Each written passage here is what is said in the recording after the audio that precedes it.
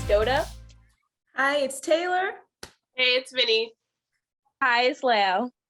And Encanto, yeah, we seen it. Alrighty, you guys. I'm really excited to get into this film. First things first, I was kind of late to this film, to be honest with you. I think what got me into it was TikTok, low-key, because I was scrolling through TikTok and I was like, why is everybody singing this Bruno song? So, and then in my household, I heard my sister on the phone with her classmates yelling to the top of their lungs about Abuela, and I was like, okay, at this point, I have to just watch this film. So I ended up doing it, and it was amazing, okay? So I'm going to give a super quick synopsis of the film first, and then we're going to get into the film. So this Encanto is Disney's 60th animated film. So great job for you guys. So the synopsis is: the Madrigals are an extraordinary family who live hidden in the mountains of Colombia in a charmed place called the Encanto. Encanto, I looked it up. I think it means like charm or magic, something of that sort. The magic of the Encanto has blessed every child in the family with a unique gift, every child except Mirabelle. However, she soon may be the Madrigal's last hope when she discovers that the magic surrounding the Encanto is now in danger. Alrighty, so that's the synopsis. First things first, we're gonna give out of 10 reels, 110, how many reels are you giving this film overall? Taylor, we'll start with you. Well, I think I'll give it 8 reels. I'll give it 8 reels. Okay, Vinny? I'm gonna have to agree. I'm gonna give it 8. I already know why they're giving it 8. Lael? You know, I have to go a little bit higher. I'm thinking like 8.5 or so. Okay. I'm gonna go ahead and give it a 7. You know what? Take that back. I really don't know, you guys. This is like really, it didn't like blow me away, but it wasn't like super boring either. So I might just give it a 7.5. So 7.5 reels. So basically, pretty much just explain why you gave it 8 or 8.5, whatnot. Why? What gave you that impression, Taylor? My turn. Oh, I'm starting for yes. Okay. Because like you said, it really didn't blow me away. Like, oh wow, like this is just the greatest movie ever. No, not really. But I really appreciate the culture and how much they brought to the film. And then also, I feel like it really is set aside from any Disney film. And I see this like, this progression in Disney where it's like, if we're going to have a female character, they're not always going to have, oh, well, Prince Charming is going to save the day. Now they're having characters where it's just like, we're just going to do something great with our lives and don't even have to have a man to help us do it. So I give it 8 reels because, it was just a great movie. I mean, it was lighthearted and everything. Love the music, love the songs, love everything Lin-Manuel Miranda, like literally. So it was really good. All right, Vinny? Yes, I'm gonna have to agree with everything she said. I'm liking how Disney is kind of trying to branch off more and go more into, the Hispanic side of culture, because we haven't really seen that a lot in films, especially not Disney films. That's not something that we talk about a lot. So I think that's really great, and I'm glad that they're getting their representation. I like the psychology of each character, how they all have their own problems and they all have their own strengths and weaknesses. I love that about the film. Again, though, I don't feel like personally it was like greatest of all time, best Disney movie ever. But there were a lot of strong suits that I truly did love about the movie. And then there were some parts I was like, take it or leave it. But all in all, it was a really great film. Okay, Lael? I agree with everyone. I give it an 8.5, honestly, because the songs were top tier. That's the only reason I would give it an 8.5. I mean, like the animation is on point, but it's not like Disney's best movie out. I mean, Disney's had so many great movies that have topped this, but it's like Encanto hasn't really topped one of the best ones. So I cannot really give it a 9. So that's why I went and gave it an 8.5.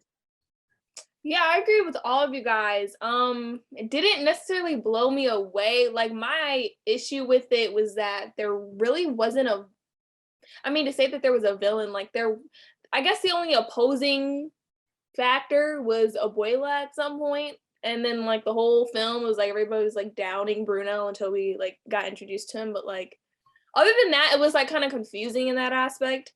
I think that they should have solidified that a little bit more.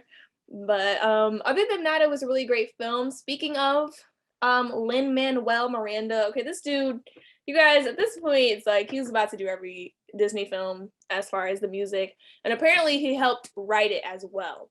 Um, and the thing about it is that the music was so well done that if it wasn't, I don't really think people would be really that like into the film. So my question is, what is your favorite song from Encanto? We'll start with Lael.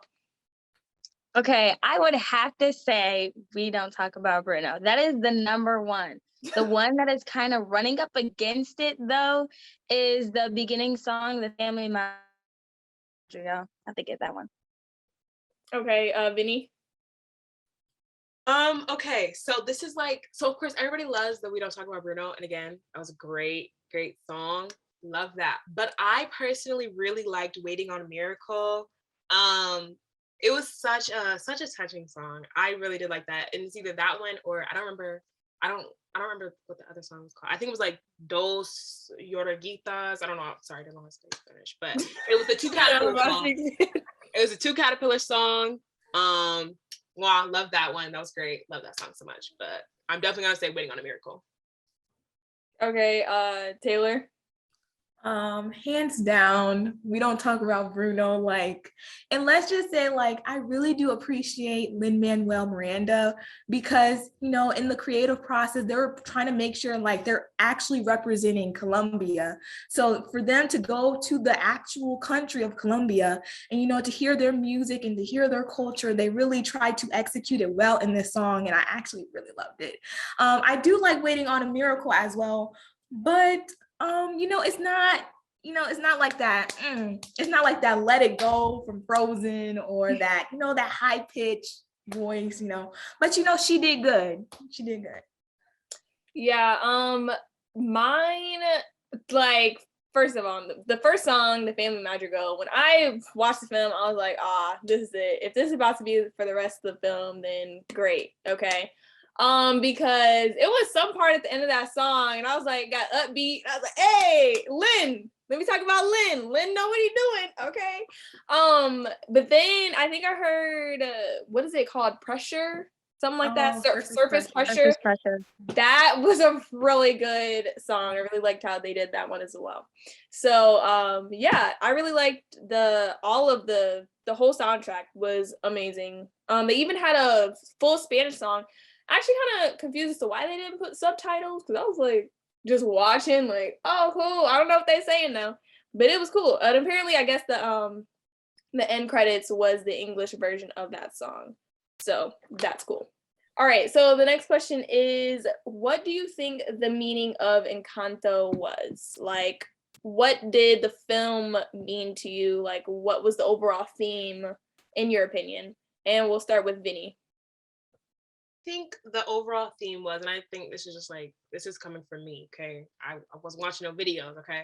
So I feel like the overall theme was that sometimes you can get so caught up, like when you lose everything in gaining everything, you get so caught up in the materials. Like with Abuela, like she was so caught up in like, oh my gosh, I lost my husband, but in losing him, I got all these gifted children. So she got so caught up in what she could do for others and what her family could provide to the town that she completely forgot about the feelings of others. She forgot about how this may have made her children and her grandchildren feel, because she put on so much pressure to them that she forgot that they're also humans and they also struggle with things. So I think the meaning is more so just about not losing yourself in certain things that you get. Lael? I agree with Vin all the way. I say the meaning of it was really like the enchantment of the family, how the family was all surrounded by one another. But in the same matter, Abuela kind of forced in that if you had a gift, then you were meant to be placed in the family, that you had a position in the family. And because Mirabelle didn't have a gift, it was like she was left out of everything, and how her sisters were all perfect. And because everybody had everything, they kind of left out of focus out of her. So it's kind of like when it wraps around towards the end of, it doesn't really have to be all about the gifts that you have or what you can do, but it's the family you're surrounded with and who you're loved by. Taylor? Yes, I absolutely concur with everyone. I would say the theme is that you are not your gift. Like your gift doesn't make you, you make your gift. And I think at the end of the day, I really think that they try to show like, what if they did lose their gifts? Now they feel like they're nothing. They can do nothing. But it's like, when you lose your gift, just be yourself. And I think Mirabelle actually just showed that, like, I don't need a gift to like stand out, Like, I can just be whoever I am. I can still help in some sort of type of way. Just because I don't have this special gift or whatever, doesn't mean that I'm not special. So I really think the movie really tried to convey that thing. Yeah, I agree with everybody. Yeah, I definitely, like you guys all said, different but kind of the same thing. Just surrounding how you don't have to necessarily have, to say that you don't have a gift, I feel like it's false. I feel like everybody has been given something. You just have to find that thing. But it also doesn't have to be something that everybody else is doing. I feel like that's kind of how we are nowadays. Like, okay, well, if I can't sing, then man, I'm just out the game. But it's like, why can't you do something different? Why can't you start something new, right? That everybody else can like get inspired, right? To do not only that thing, but something of their own. So I think that definitely was it for me, because I forgot the little boy's name. He was so cute. Antonio. The little curls, and yes, Antonio. Literally, yes, Antonio. I literally, oh my gosh, I wanted to cry. That little boy was like, "But I need you." That's what took me, because she went with him and like helped him, and that's like the first time I actually saw like, no, she does have a gift. Like, it's the fact that she is there just to be a help, like to help people, to be there for people, and then obviously throughout the rest of the film, you see that she helped like save everybody. So yeah, that was actually really cool. So the next question that I have, we're gonna get to the meat of this. Apparently, this is like everybody's talking about this one character, like jacked up the whole film apparently, and that is Abuela. Okay, we're gonna talk about Abuela. I know everybody has some hate comments that they want to share pertaining to this character. But I mean, seeing her backstory, for me, I feel like that would have changed everybody's view, but people still, they angry. So I'm gonna leave the floor to whoever wants to speak about Miss Abuela. I'm gonna start off on Miss Abuela. Okay, so I get it. I get, like, she's been through a lot. She lost her husband. People were coming after the town. It was very hard for her, and to get that gift from her husband, of course, that was just like, it's heartwarming. But I think, with Abuela, I think you should never make people inferior just for the fact that they're not where you think they should be. Like, think about it. Because of course there was a scene when Antonio was about to open his door and he was scared because he was like, what if I don't have a gift? He wouldn't have been scared if she didn't treat Mirabelle so bad about it. If she didn't make Mirabelle feel inferior, she told her not even to decorate. Like, as a grandmother, to treat your own grandchild like that. And even she was mad at Mirabelle's father. And he was just like, I'm just trying to protect my daughter. Like, you have to realize that as an older generation, two younger people, for you to be that just rude, just that disrespectful, it's like, come on. Like, it literally messed up the entire family. Everyone had their own problems because of her. Like, she caused so much trauma for all these kids when she could have just been a good grandmother. That's all I'm gonna say. All right. Hater number 2, Taylor.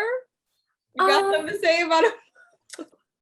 I mean, I'm not a full hater on her, I understand like she lost her husband, and she's trying so hard, to honestly let his legacy live out. So I feel like that's where she was really trying to, that's where she was coming from. But then it just ended up coming with, family expectations, people feeling pressured, like, I mean, letting her grandchild marry a man that she doesn't even love. And so it was just a lot of complication that was going on. And that's like what you said at the beginning, Dakota. I mean, I'm really trying to find the villain, but to be honest, I feel like she was the villain in some sort of type of way, the main villain in the movie, because she wouldn't let her grandchildren just be themselves. Like, I was like, she was about to kick her out the house once she found out Bruno's vision of her, like literally. And it's the fact that her own uncle was looking out for her more than her grandmother. I was like, dang, what are you doing? But I mean, I guess I'll give her some slack. I mean, she lost her husband, Sometimes we can lose sight of who we are and what we're trying to do and what we're trying to accomplish, but sometimes it just doesn't come out that way. Lael, are you also one of the people that does not like Abuela? I gotta say, I mean, Abuela has done some very damaging things. So yeah, I gotta join along with the train. Um, Abuela, she was like all wrapped around this perfect life because of a candle. But really, is your life really wrapped around the candle? Because like she lost sight of her family, I would say, because she was like, oh, if you don't have a gift, then you just need to stay in the back. You just need to do nothing, And it was like, because of that, because of the vision she told Bruno to do or something, it caused him to feel bad, and caused him to leave. And it's like, she lost sight of what was most important rather than saying everything is supposed to be perfect. For example, Isabella, she didn't really want to marry the guy. She didn't want to be perfect at all. But I would say it's Abuela who kind of manipulated her to become that type of person. She kind of manipulated the entire family to thinking if they don't have a gift, then there's no purpose for them. Or if they do have a gift, they have to be perfect in everything that they do. So yeah, I kind of have some problems with Abuela, especially since she was kind of like, everybody move out of the way because I want me to come first, kind of. I want my perfect life to plan out how I want my family to be. When it was really, you know what I'm trying to say? Yeah. Right. Yeah, that makes sense. I mean, I get the hate on Abuela. I understand. One of my favorite, parts or scenes from the film was when okay, how do you say her name? Is it Mirabelle or Mirabelle? Mirabelle. It's Mirabelle. Mirabelle. Okay, y'all. Hey, listen, I'm working on my Spanish. But Mirabelle, right? When she like stood up to Abuela and like completely like told her off, I was like, hey, I mean, it's not the way to go, but like finally somebody said something. That was honestly, I really enjoyed that part. I was like, finally she stood up for herself. Like, you sat up here and got beat up on the whole time and you finally said something. I really appreciated that part. I mean, the way that she did it it's all right. I don't think that any of us would have gotten away with that. You know what I mean? Like, first of all, I would never do that. That's kind of out of line. But yeah, your I really grandma would beat you, and then your mother would beat you. No, whole family would beat you. Literally, your whole family's coming after you if you ever do something like that. So, my last questions, two of them. Okay, do you think that Mirabelle is a Disney princess? Yes or no? Taylor. We stepping the lines a bit. No. We're talking about Snow White, Cinderella, all these. Pocahontas? Oh, she going to get, man. There is no I mean, I could see why people would be like, yeah, Mirabelle is a, Disney princess, but it's like none of her family was royalty like that. I just feel like they were just more gifted and talented to the point where people just felt like, oh, I need to depend on you. So I wouldn't really say, Mirabelle is like a Disney princess because, she didn't need a man. She didn't need a man. Hey, neither did Pocahontas. Well, let me shut up. Vinny, what's your thoughts? Okay. So when you think about Disney princesses, there are certain requirements to be a Disney princess. Like, of course, like Taylor said, you have to somewhere or another have gotten into royalty. And while, of course, this is set in Colombia, like it's not really nothing royal for you to be a part of. Like there's nothing for her to have said like she was royalty from, and because of the lineage wise, she would not have been a Disney princess anyways, and it simply would have gone to Isabella, not her. But if people want to say she's a Disney princess, I'm here for it. But personally, I will not be calling her a Disney princess because she's not one. Because I think it's sad that we're still putting Disney in this box of Disney princesses. Like, no, we don't need a Disney princess no more. We just got strong women. Lael. I gotta agree. I don't think she's a Disney princess. I mean, you have to have certain qualifications in order to be a Disney princess. Rapunzel was royal and she was locked in a tower, but then she met a man, So kind of all the Disney princesses kind of fall in that line, they kind of had a prince and they were royal at the same time. So I'm like, Mirabelle doesn't fit into any of the qualifications to become a Disney princess. I mean, they said Elena of Avalor was a Disney princess. I mean, she could be, and they say she is, but that's because she's royal, But so she didn't. What about Moana then? Do y'all think Moana? No. Moana was the daughter of a chief. Okay, that's still a hierarchy. There's no hierarchy in Encanto. It was the same thing with Pocahontas. Like Pocahontas. Now Mulan is really confusing because if Mulan was a Disney princess, she really didn't have any royalty. Like she wasn't daughter of the emperor. But she married. But the guy who she was married to was not even a part of the empire or any. He was just a soldier. That doesn't make sense. You know what? Y'all make up stuff. See, this is what I'm talking about. What makes a Disney princess? Apparently, you have to be royalty somehow. Okay. Apparently, you have to fall in love with a guy. So, I guess Moana, Mirabelle. No, of course it's not.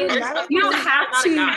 You don't have to fall in love with a guy, right? Because look at Elsa. She didn't fall in love with nobody, but yeah, she was. Well, there's speculation, you guys. But I'm saying there's another thing. You have to be like, there has to be a villain in the movie in order for you to be a Disney princess. They all have villains. That's true. And the villain is always defeated. The villain is never just like given a redemption arc. Abuela was given a redemption arc. Like the villains are supposed to be defeated. Beauty and the Beast. You know who's the villain? The Beast. Gaston died. No, Gaston. Gaston died. No, but I'm talking. The villain has to be defeated. First of all, the Beast was a villain. Was he not? No, he was rude. Not really. Rude. I thought he was. No, the Beast was an everyday toxic man. Like he started off toxic king. He was. First of all, he's a beast. Like that represented his heart. So of course he's toxic. He was just a bad guy. He was a bad guy, but he wasn't a villain. He had character development though. Let's think about it. Gaston didn't develop, so we had to wait. Think about it. Tiana, the voodoo guy did not die. He still Yes, died. he did. He got eaten by the voodoo people. What? Yes, he got killed by the shadows. They took him out. Right. They dragged him. I feel like there's something interesting where the villain. And when you think about it, I think that's one thing though. With Encanto, like the villain in this way wasn't defeated at all. Like Disney doesn't really do redemption arcs. Where y'all want Abuela to die? But they didn't technically portray If it Abuela happened, as a I mean, villain. she's Oh old. my gosh, Vinny, that would be Divinity! Time goes by. No. Time goes by. That's what I'm saying. I'm saying time goes by. But I'm just saying. Oh my gosh. Like, Oh, okay, she exactly. wasn't So kicked out of the eventually- town. She wasn't kicked out of the family. They just What? moved You on. can't. What? It just moved Yo. on. No. Okay, well, eventually she's gonna die. So technically, That's what I'm saying. Eventually she's dying. Technically, okay. Wow, not her Not a princess. kicked out of the family. Like, She is royalty in her own heart. Right. That's Mirabelle is royal right here. all right, guys. I guess she's not a Disney princess. Sorry, hate to break it to you. If she was, she would be the only Disney princess with glasses. Fact check. That is true. Think about it. Disney princesses. Look. See, it's just a whole bunch of haters here, you guys. Sorry. Abuela, I'm sorry. Mirabelle, I'm sorry. Sorry about that. All right, just get the context, y'all. Just get the context. All right, the last thing that we're gonna hit on really quick. Abuela's powers. Does she have a power? Because she did have a door, mind you. She had a door, it was lit up, but we never saw any type of action to this power. So does Abuela have a power? I say no, but she is the keeper of the candle, though. So in a way, she don't have to have a gift because the rest of them had a gift because of the candle, but she was given the candle. So basically, she was given a gift to be keeper of the candle. That's why she got her own room. But was she though? If like when the candle was in danger, the only person that was allowed to actually try to get it was Mirabelle. Like Abuela was nowhere to be seen. But she was given the candle. She wasn't gonna be able to try to jump up. It's like she's old. She wasn't gonna. Right. The house was helping them get to the candle. She could have like She could have elevated fell her and broke her back. Right. So, all right, that was the review of Encanto. Pretty much it was a decent Disney film. I'm not gonna say that's like boom like Frozen because it's not. Sorry, Oh, sorry. Frozen's still like top tier. Don't come for us. Do not come for us, please. Don't troll us. Yeah. But yeah, it was a pretty good film. Thank you guys for joining us on another episode of We Seen It. Do not forget to subscribe if you haven't already. Comment down below your thoughts on Encanto. If you haven't seen it, check it out. It's okay, you know. I don't know why you would watch this whole episode without seeing it. People like Taylor do that for spoilers. You watch the No Way Home episode without watching No Way Home. Why? Okay, I'm just saying, why watch the whole thing? I mean, why watch the movie when you can literally just watch the spoilers and just laugh the whole way? That's ridiculous. Okay. It's literally enough. Like, I can't deal with people who like spoilers. Anywho, thank you guys again for watching this video. Make sure you like, comment, subscribe, and peace out.